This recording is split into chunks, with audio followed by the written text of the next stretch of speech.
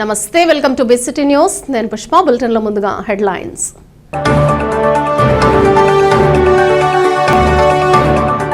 వైద్య కళాశాలలను ప్రభుత్వం నిర్మిస్తే పేద విద్యార్థులకు ఎంబీబీఎస్ 15,000కే పూర్తవుతుంది. సిపిఎం పార్టీ కేంద్ర కమిటీ సభ్యులు రమాదేవి. వాహనదారులకు హెల్మెట్ తప్పనిసరిగా ధరించాలి. చందోలు ఎస్ఐ మర్రి వెంకట శివకుమార్. చందోలు గ్రామంలో వేంచేసి ఉన్న శ్రీ బగళాముఖి అమ్మవారి దేవాలయంలో ఈ నెల 21న అమావాస్య హోమం నిర్వహిస్తున్న ఘంటసాల నరసింహమూర్తి.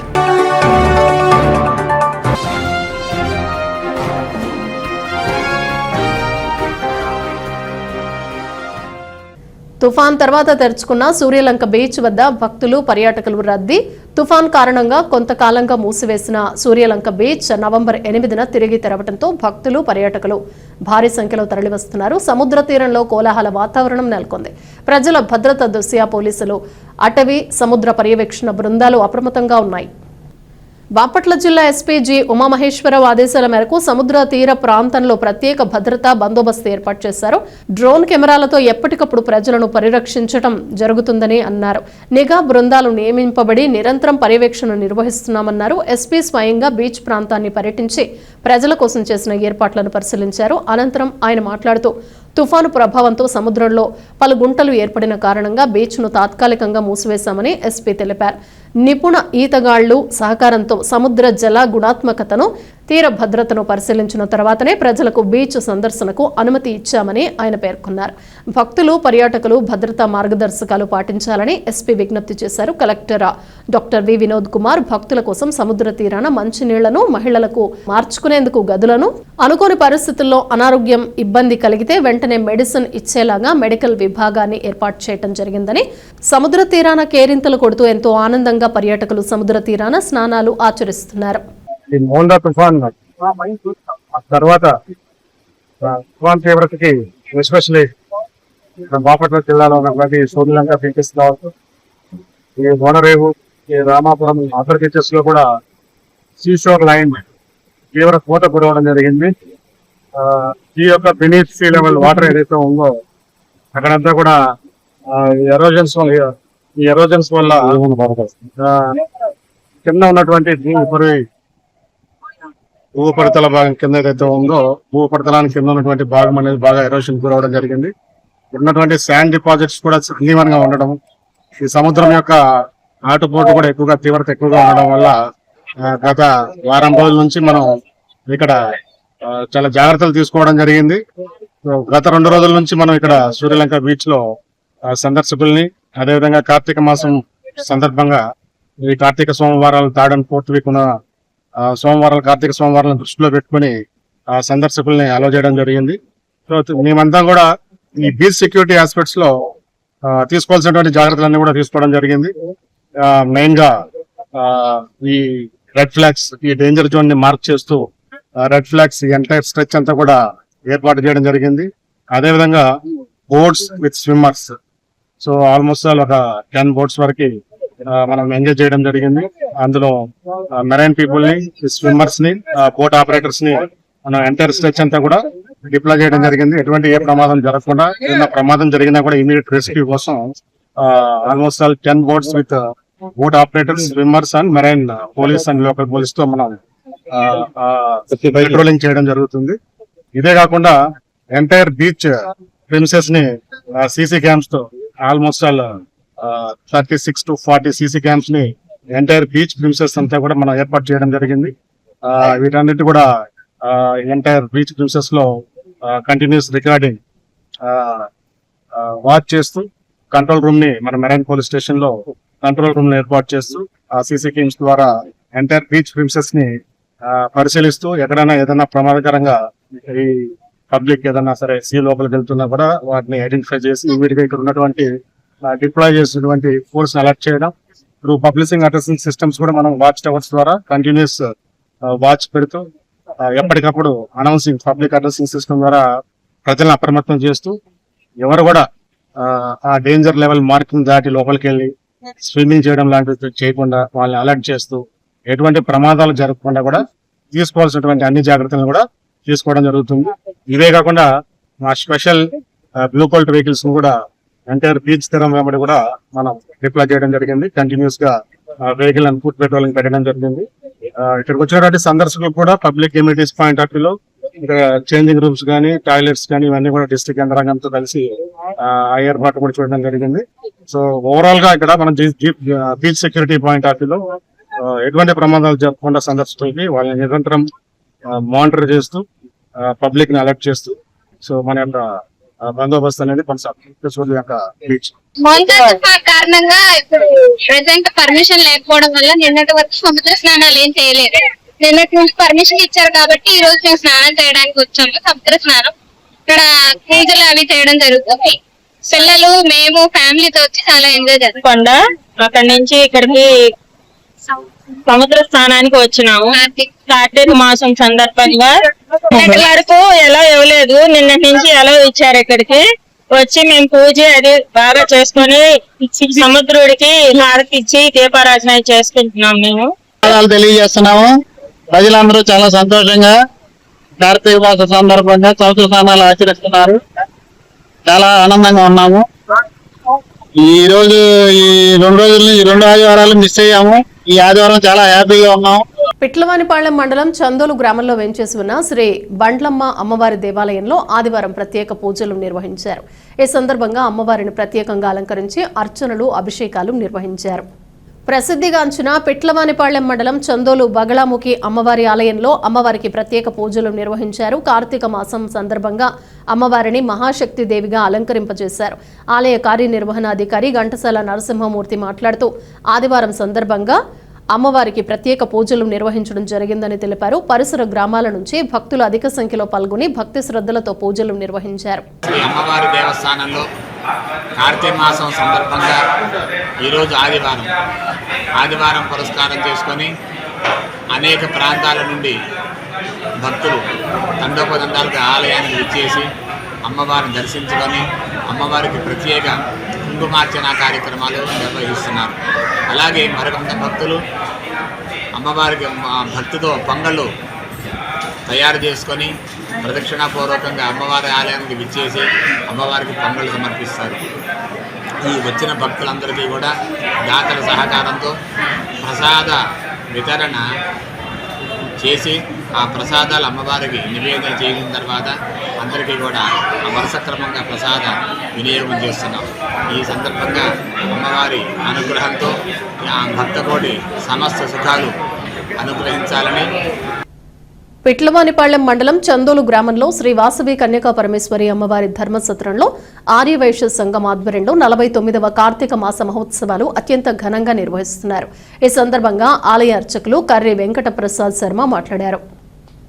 ఆర్యవైశ్య సంఘం ఆధ్వర్యంలో శ్రీ వాసవి కన్యకా పరమేశ్వరి అమ్మవారి ధర్మసత్రంలో గల శ్రీ కోదండ రామస్వామి దేవాలయ ప్రాంగణంలో 49వ కార్తీక మాస మహోత్సవంలో అత్యంత ఘనంగా నిర్వహించడం జరుగుతుందని ఆలయ అర్చకులు కర్రి వెంకట ప్రసాద్ శర్మ తెలిపారు. ఇందులో భాగంగా ఈ నెల 10వ తేదీన రాధా కళ్యాణం ప్రత్యేక పూజలు నిర్వహించడం జరుగుతుందని వివరించారు. ఈ కార్యక్రమంలో పరిసర గ్రామాల భక్తులు రాధా కళ్యాణం కార్యక్రమంలో పాల్గొని స్వామివారి కృపకు పాత్రలు కావాలని కోరారు. మన చందోలు గ్రామంలో వేయించేసినటువంటి శ్రీ వాసవి కన్యకాపరమేశ్వరి అమ్మవారి ధర్మసత్రం నందు ఈ కార్తీక మాసంలో భాగంగా దామోదర ఈ మాసంలో విష్ణుమూర్తిని కార్తీక దామోదరం చెప్పి పిలుచుకోవడం జరుగుతూ ఉంటుంది. అలాగే స్వామివారికి ప్రీతిగా సోమవారం శాంతి కళ్యాణ మహోత్సవం జరుగుతుంది, రాధా కళ్యాణం జరుగుతుంది. కాబట్టి భక్త మహాజనులు కూడా ఈ యొక్క కార్యక్రమాన్ని వీక్షించి ఈ యొక్క స్వామివారి తీర్థప్రసాదం తీసుకుని స్వామివారి యొక్క అనుగ్రహానికి పాత్రలు కావాల్సిందిగా కూర్చున్నాం. అలాగే స్వామివారికి ప్రతినిత్యము కూడా మహాన్యాసపూర్వకంగా ఏకాదశ రుద్రాభిషేకము జరుగుతూ మాసాంతంలో స్వామివారి చంద్రమౌళి స్వామివారికి శాంతి కళ్యాణ మహోత్సవం అంటే హరిహరాదులిద్దరికి కూడా కళ్యాణం చేయాలనేటువంటి ఒక తలంపుతోటి ముందుగా విష్ణుమూర్తి స్వరూపమైనటువంటి రాధాకృష్ణులకి అలాగే తర్వాత చంద్రమౌళి స్వామివారికి కళ్యాణ మహోత్సవం జరపడానికి భగవతాజ్ఞ. చందోలు గ్రామంలో వెంచేసి ఉన్న శ్రీ బగళాముఖి అమ్మవారి దేవాలయంలో ఈ నెల 21వ తేదీన 82వ దివ్య అమావాస్య హోమ కార్యక్రమం నిర్వహించనున్నట్లు ఆలయ కార్యనిర్వహణాధికారి ఘంటసాల నరసింహమూర్తి తెలిపారు. ఈ దివ్య అమావాస్య హోమ కార్యక్రమంలో పాల్గొనే ఉభయదాతలు 1,116 రూపాయలు దేవాలయం ఆన్లైన్ బ్యాంకు ఖాతాకు ఈ నెల 17వ తేదీలోపు చెల్లించాలని సూచించారు. ఇప్పటి వరకు దేవాలయ ప్రాంగణంలో 81వ అమావాస్య హోమంలో పూర్తి చేయడం జరిగిందని తెలిపారు. ఈ హోమ కార్యక్రమంలో పాల్గొని తమ కోరికలను అమ్మవారికి విన్నవించుకున్న వెంటనే పరిష్కారం అవుతాయని భక్తుల విశ్వాసమన్నారు. కార్తీక మాసం చివరి రోజున ఈ దివ్య అమావాస్య హోమం జరుగుతుందని వివరించారు. ఈ కార్యక్రమంలో పాల్గొని విజయవంతం చేయాలని ఆయన కోరారు.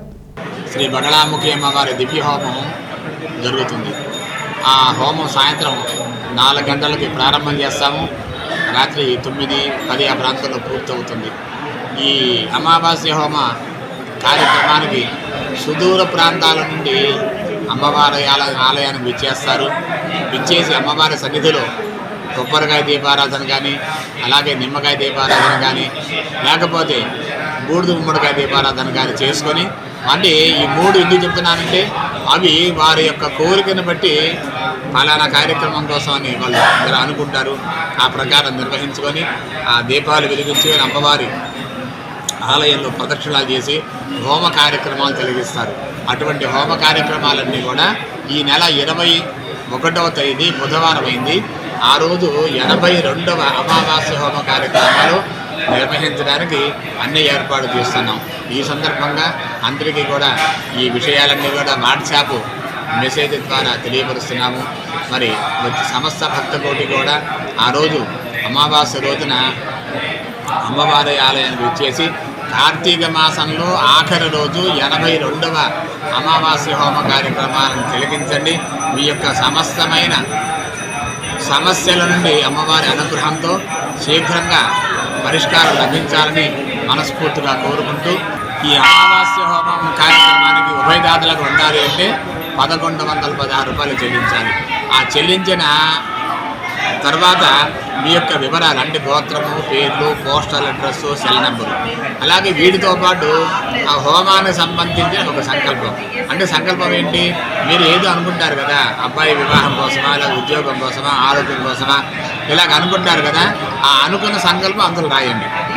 ఈ విధంగా ఇవన్నీ సంకల్పాలు, మీరు చెల్లించేటువంటి రుసుము, ఇవన్నీ కూడా ఈ నెల 17వ తారీఖు లోపే మాకు పంపండి.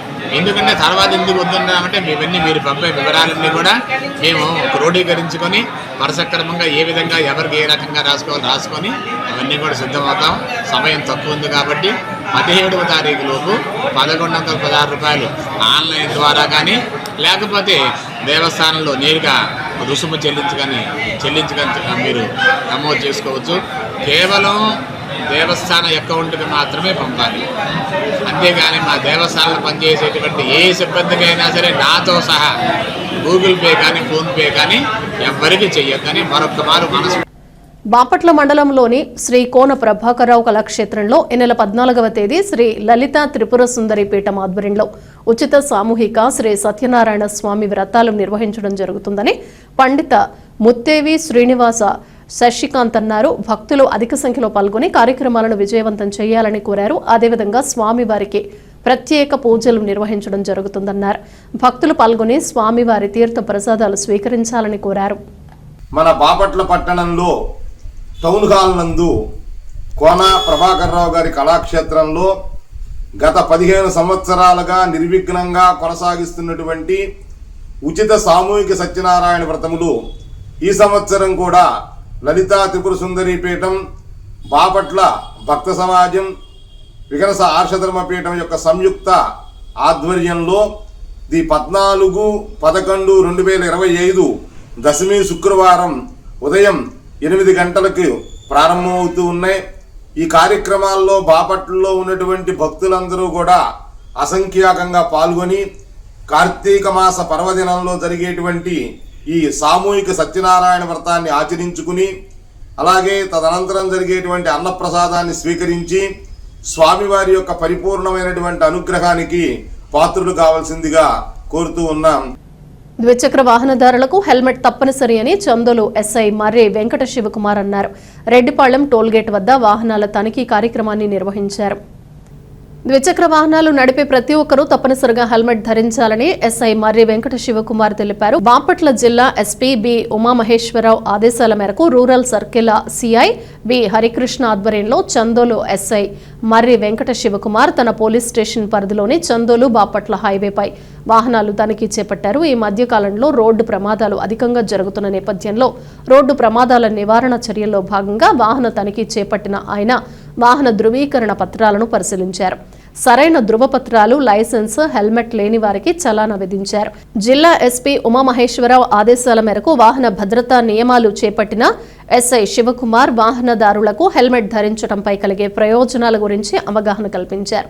వాహనదారులను ఉద్దేశించి ఆయన మాట్లాడుతూ రోడ్డు ప్రమాదాల నియంత్రణ చర్యల్లో భాగంగా ప్రభుత్వం రోడ్డు భద్రతా నియమాల గురించి పదే పదే అవగాహన కల్పిస్తున్నా వాహనదారులు రోడ్డు భద్రతా నియమాలు పాటించకుండా ప్రమాదాలకు గురవుతున్నారని ఆయన అన్నారు. వాహన ప్రమాదానికి గురి కావటం అంటే ఒక మనిషి రోడ్డుపై పడటం కాదని, ఒక కుటుంబం రోడ్డున పడటమని, ఆ విషయాన్ని ప్రతి ఒక్కరూ దృష్టిలో పెట్టుకోవాలని, అదేవిధంగా హెల్మెట్ వాడటం వలన ప్రమాదాల వల్ల జరిగే మరణాల శాతం తగ్గించవచ్చని, వాహనం నడిపేవారు తమ కుటుంబాలను దృష్టిలో పెట్టుకుని బాధ్యతగా వ్యవహరించాలని ఆయన కోరారు. కార్యక్రమంలో ఆయనతో పాటు స్టేషన్ సిబ్బంది పాల్గొన్నారు. రోడ్డు ప్రమాదాలని అరికట్టేదాని కోసం ఎక్కువ జరగకుండా ఉండేదాని కొరగా బాపట్ల జిల్లా ఎస్పీ గారి ఉత్తర్వుల మేరకు అంతా జిల్లా మొత్తం స్పెషల్ డ్రైవ్ చేయడం జరుగుతుంది. దానిలో భాగంగా వాహనదారులు ప్రతి ఒక్కరు కూడా హెల్మెట్, డ్రైవింగ్ లైసెన్స్, బండి ఖాతాలు, ఇన్సూరెన్సు అన్ని పత్రాలు తీసుకొని హైవే మీద ప్రయాణం చేయగలను. లేని ఎడల స్పెషల్ డ్రైవ్లో భాగంగా helmet, wrong parking, cell phone driving వీటన్ని మీద స్పెషల్ డ్రైవ్ జరుగుతుంది. వీటికి కూడా ఎక్కువ మొత్తంలో అమౌంట్ ఉంటుంది. కాబట్టి ప్రతి ఒక్కరు గమనించుకొని అలాంటి తావు ఇవ్వకుండా ప్రతి ఒక్కరు కూడా అన్నీ తీసుకొని ప్రయాణం చేయవలసిందిగా కోరుకుంటున్నాం. ముఖ్యంగా మైనర్లకి మీ వాహనాలు ఇవ్వద్దు. పిల్లలకి ఎక్కువ తాగి డ్రంక్ అండ్ డ్రైవ్ చేసి వాహనాలు నడిపిన డ్రంక్ అండ్ డ్రైవ్ కూడా కేసులు కూడా పెడుతుంది, ఎక్కువ మొత్తం ఉంది. కాబట్టి ప్రతి ఒక్కరు గమనించి మీరందరూ కూడా పోలీసు వారు సహకరిస్తారని కోరుకుంటున్నాను.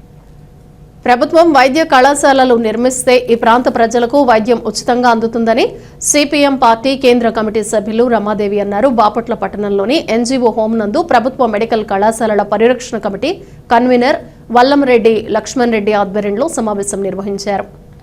P4 అంటూ రాష్ట్ర ముఖ్యమంత్రి నారా చంద్రబాబు నాయుడు ప్రజలను మోసం చేశారంటూ ఈ సందర్భంగా ఆమె ధ్వజమెత్తారు. మరోమారు పీపీపీ అంటూ ప్రజలను మోసం చేయడానికి సిద్ధపడ్డారని పేర్కొన్నారు. రాష్ట్రంలో మెడికల్ కళాశాలను ప్రైవేటు పరం చేసి కోట్ల రూపాయలు చేసే ఆస్తులను దారదత్తం చేస్తున్నారని అన్నారు. ఇప్పటికైనా పీపీపీ విధానంను రద్దు చేసుకోవాలని హెచ్చరించారు. మంచి పరిపాలన అందించి మంచి పరిపాలన దక్షత కలిగిన వ్యక్తి అనిపించుకోవాలని సూచించారు. మెడికల్ కళాశాలలు ప్రభుత్వం నిర్మించే పేద విద్యార్థులు 15,000కే ఎంబీబీఎస్ పూర్తి అవుతుందని, అదే కార్పొరేట్ కంపెనీలకు అప్పగిస్తే డబ్బున్న వారు మాత్రమే చదువుకుంటారని, వైద్యం పేదలకు అందదని ఆందోళన వ్యక్తం చేశారు. ఈ కార్యక్రమంలో కాంగ్రెస్ పార్టీ రాష్ట్ర నాయకులు ఎస్కే మస్తాన్వలి, గంట అంజుబాబు, వినయ్ కుమార్ రెడ్డి, కె వసుంధర, గంగయ్య, విష్ణు శంకర్ తదితరులు పాల్గొని ప్రసంగించారు. ఒక ప్రత్యేకమైన పరిస్థితుల్లో ఈరోజు రాష్ట్ర వ్యాప్తంగా వివిధమైనటువంటి రంగాల్లో పనిచేస్తున్న వాళ్ళు మన ప్రక్కనే ప్రొఫెసర్ గారు ఉన్నారు. వేదిక మీద విభిన్న రంగాల్లో పనిచేసినటువంటి మేధావులైనటువంటి వ్యక్తులు ఉన్నారు. అలాగే మీరందరూ వినుంటారు, విజయవాడలో జరిగినటువంటి సభలో కూడా రిటైర్డ్ ఐఏఎస్ రమేష్ గారు పాల్గొని ఈరోజు ఈ P4 అనేటటువంటి పథకం ఎలా ప్రమాదకరమైంది, అందులోనూ వైద్య రంగంలో ఇది ఈరోజు చాలా మందికి ఇది తక్షణం సమస్యగా ఉండకపోవచ్చు. మనం అందరం గమనంలో పెట్టుకోవాల్సింది ఏమిటి అని చెప్పేసి అంటే, ప్రజలందరికీ ఆరోగ్యం అనేటటువంటి ఒక నిబంధనని ఈ కేంద్ర ప్రభుత్వం ఆమోదించింది, ఐక్యరాజ్య సమితిలో సంతకం చేసింది. ఇది ఒక మానవ హక్కు. ఇది గ్యారెంటీ అమలు చేయాల్సినటువంటి ఒక హక్కు. ఇది అమలు చేయాలని చెప్పేసి అంటే ప్రైవేటీకరణ ద్వారా సాధ్యం కాదు.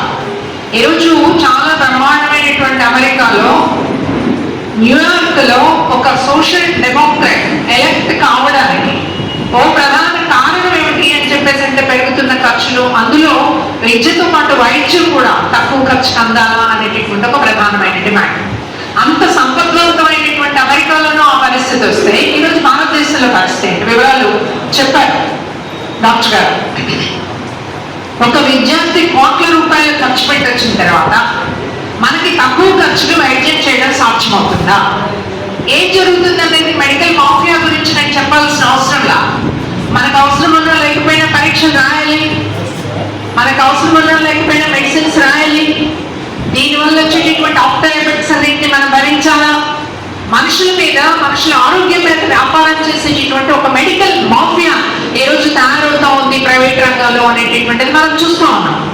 అలాంటిది దానికి దీటైనటువంటి పద్ధతుల్లో ప్రభుత్వ రంగాన్ని మనం పరీక్షించుకోగలిగితేనే ప్రజారోగ్యము అనేటటువంటిది, ప్రజలకు ఆరోగ్య హక్కు అనేది నిలబెట్టుకోగలం.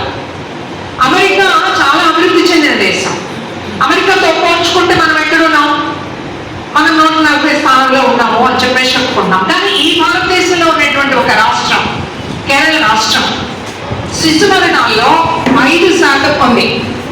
5. అదే అమెరికాలో 5.2. ప్రతి 1000 మందికి 5 ఇక్కడ మరణిస్తూ ఉంటే అమెరికాలో 5.2 మరణిస్తున్నారు. ఎలా సాధించగలిగింది కేరళ? ప్రభుత్వ రంగాల్లో ప్రజారోగ్యాన్ని బలపరచడం ద్వారా సాధ్యమైంది. కాబట్టి ఒక పాలసీ, ప్రతి జిల్లాకి ఒక ప్రభుత్వ వైద్యశాల ఉండాలి, ప్రభుత్వ వైద్యశాల ఉండాలి అని చెప్పేసి అనడం ద్వారా మెరుగైనటువంటి వైద్య సేవలు ఎఫర్ట్ చేయలేని, even middle class, upper middle class కూడా ఎఫర్ట్ చేయలేనటువంటి ఒక పరిస్థితి ఏర్పడినటువంటి నేపథ్యంలో ఇది అత్యంత అవసరం. ఇది జగన్ ప్రభుత్వం మొదలుపెట్టింది, దానికి అప్రిషియేట్ చేద్దాం. కానీ అదే జగన్ ప్రభుత్వం దానికి నిధులు కేటాయించకుండా, దాన్ని పూర్తి చేయకుండా ఆపేసింది. దాన్ని ప్రైవేటీకరించేటటువంటి ఒక నిబంధన తీసుకొచ్చింది. దాని ఫలితం మేము దాన్ని వెనక్కి పెడతాము అని చెప్పేసి ఆ జీవోని, ప్రైవేటు విద్యార్థులను అనుమతించేటటువంటి జీవోని పక్కన పెడతామని చెప్పేసి 4 పడతేసి ఇవాళ కాలేజీ అమ్మకానికి పొందుతున్నారు.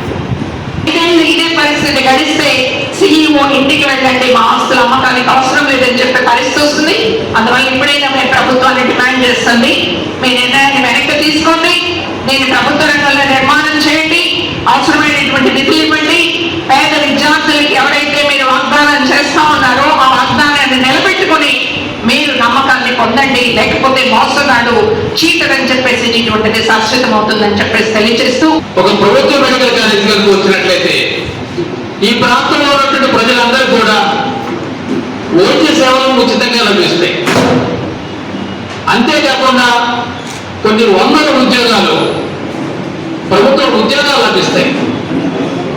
అట్లానే విద్యార్థులకి ఫ్రీగా వైద్య సీట్లు లభిస్తాయి. ఇవాళ కేవలం కొన్ని వందల ఉద్యోగాలు ఇచ్చేటువంటి రూలు మాల్ లాంటి వాటికి 500 కోట్ల రూపాయలు ఇవ్వనటువంటి స్థలాలు కట్టబెడుతున్నారు. కానీ అంతకన్నా తక్కువ ఖర్చు పెడితే మనకు ఒక కళాశాల ఇక్కడ నిర్మాణం చేసుకోవచ్చు. అంతకన్నా ఎక్కువ మందికి అంతకన్నా గొప్ప ఉద్యోగాలు మనం ఇవ్వచ్చు. అక్కడ గుమ్మస్తా ఉద్యోగాలు ఇస్తారు. రూలు మాల్లో మనకి ఇచ్చేయి అన్ని 1000 కోట్లు 100 కోట్లు మన వాడికి ఇస్తే మనకి ఇచ్చే గుమ్మస్తా ఉద్యోగాలు ఇస్తారు. కానీ ఇక్కడ మనం ఒక కళాశాల నిర్మిస్తే అనేక మందికి ఉద్యోగాలు మనం ఇవ్వగలుగుతాం. అట్లానే సామాజిక న్యాయానికి వీళ్ళు మన ప్రైవేటీకరణ వల్ల సూట్లు పడుతున్నటువంటి పరిస్థితి చూస్తున్నాం. ఎందుకంటే అదే ప్రభుత్వ రంగంలో ఉంటే 50% ఎస్సీ, ఎస్టీ, బీసీ, మరొక 10% ఈడబ్ల్యూఎస్ రిజర్వేషన్ ఉంటాయి. అట్లాంటిది ఇవాళ ప్రైవేట్ రంగంకి వెళ్తే కేవలం వాళ్ళకి నచ్చిన వాళ్ళకి ఎవరికైనా ఇచ్చుకోవచ్చు. ఈ రిజర్వేషన్లకి అతిగతి ఉండని పరిస్థితి ఉంది.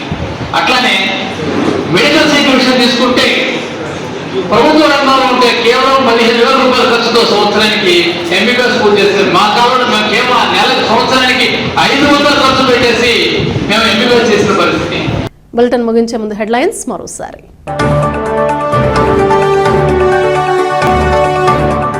వైద్య కళాశాలలను ప్రభుత్వం నిర్మిస్తే పేద విద్యార్థులకు ఎంబీబీఎస్ 15,000కే పూర్తవుతుంది. సిపిఎం పార్టీ కేంద్ర కమిటీ సభ్యులు రమాదేవి. వాహనదారులకు హెల్మెట్ తప్పనిసరిగా ధరించాలి. చందోలు ఎస్ఐ మర్రి వెంకట శివకుమార్. చందోలు గ్రామంలో వేంచేసి ఉన్న శ్రీ బగళాముఖి అమ్మవారి దేవాలయంలో ఈ నెల 21న అమావాస్య హోమం నిర్వహిస్తున్నాం. ఘంటసాల నరసింహమూర్తి.